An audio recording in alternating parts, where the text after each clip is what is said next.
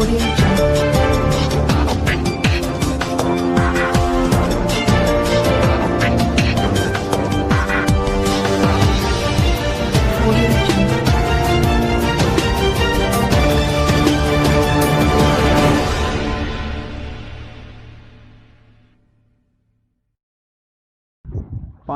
Lockdown व पहले unlock पर आज जिला न्यायालय में आने वाले सभी अधिवक्ताओं के हाथ सैनिटाइजर से साफ कराए गए व उनकी थर्मल स्क्रीनिंग भी की गई।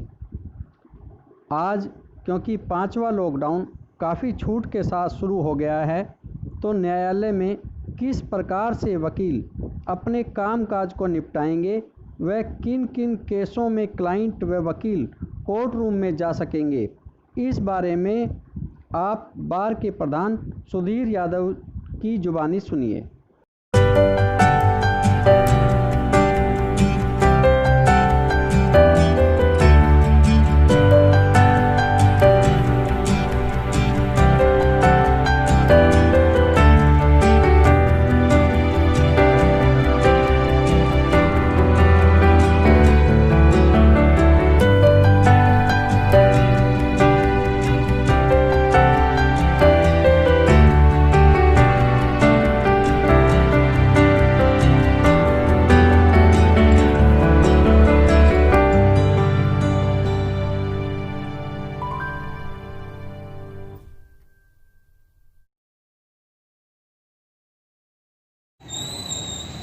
आपका शुभ नाम?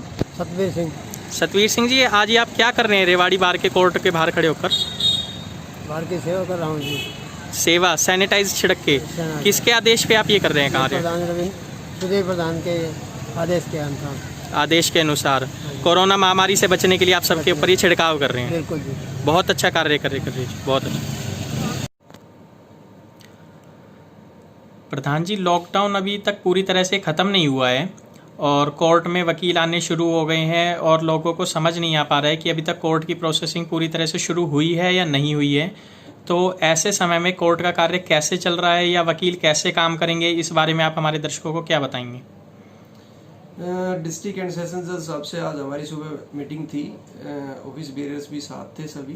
तो उस दौरान हमने उनसे थोड़ा डिस्कशन किया इस मैटर पे। ऑनरेबल हाई कोर्ट की डायरेक्शन पे छुट्टियां कैंसिल हो गई हैं, जो कि हमारी समर वेकेशन जो हमारी रहती थी, और इस दौरान वर्किंग की क्या मतलब प्रक्रिया रहेगी, उस चीज़ को लेके हमने डिस्कशन किया। तो उसमें कुछ केसेस जो पहले से चले आ रहे थे वो तो निश्चित तौर पे वो तो जारी रहेंगे ही रहेंगे, लेकिन अभी कुछ अर्जेंट फाइलिंग के बारे में हमने और किया है, क्योंकि बहुत सारे केसेस एडवोकेट्स के पास भी और पार्टीज अप्रोच कर रही हैं, तो उनको डालना भी ज़रूरी हो जाता है और एडवोकेट्स के लिए भी काफ़ी ज़्यादा उनको डालना ज़रूरी है अब।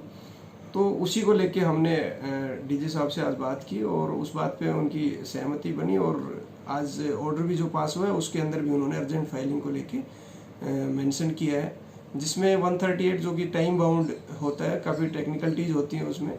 तो जो लिमिटेशन पीरियड है उसका अगर वो हो रहा है तो वो निश्चित तौर पे उसको 138 के केसेज हैं वो उनको फाइल कर सकते हैं। इसके अलावा कुछ सिविल मैटर्स हैं, जैसे कुछ रिकवरी सूट है या फिर कोई इसी तरह का कोई और मैटर है, स्पेसिफिक रिलीफ का कोई ऐसा है, तो उसमें जिसमें लिमिटेशन पीरियड जिसमें कहीं पर भी बाढ़ होने की कोई बात आ रही है या कोई बिल्कुल ही ख़त्म होने की उस पर है, तो उन केसेस को भी निश्चित तौर पे हम न्यू फाइलिंग के तहत हम उनमें केसेस को डाल सकते हैं। तो और बाकी जो फंक्शनिंग पहले से चली आ रही है वो तो है ही, इसके अलावा ये कुछ एडिशनल फंक्शनिंग के लिए हमने किया। तो इन मामलों में मतलब क्लाइंट कोर्ट में आ सकता है?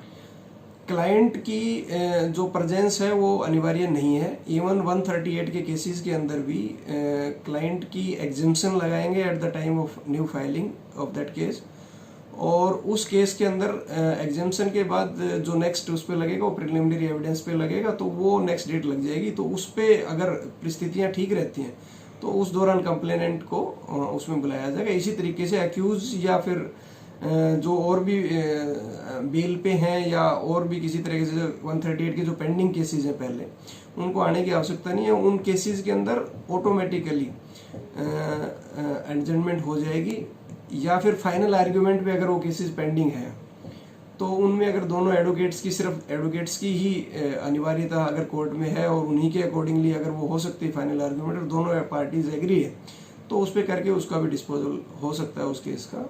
इसी प्रकार से और भी केसेस जो हैं जो फाइनल आर्ग्यूमेंट पे हैं, तो वो एडवोकेट्स की सहमति से अगर दोनों पक्ष हैं कंसेंटेड है, तो उसके अकॉर्डिंगली उस पर बहस होकर और फाइनल उस पर डिसीजन हो सकता है।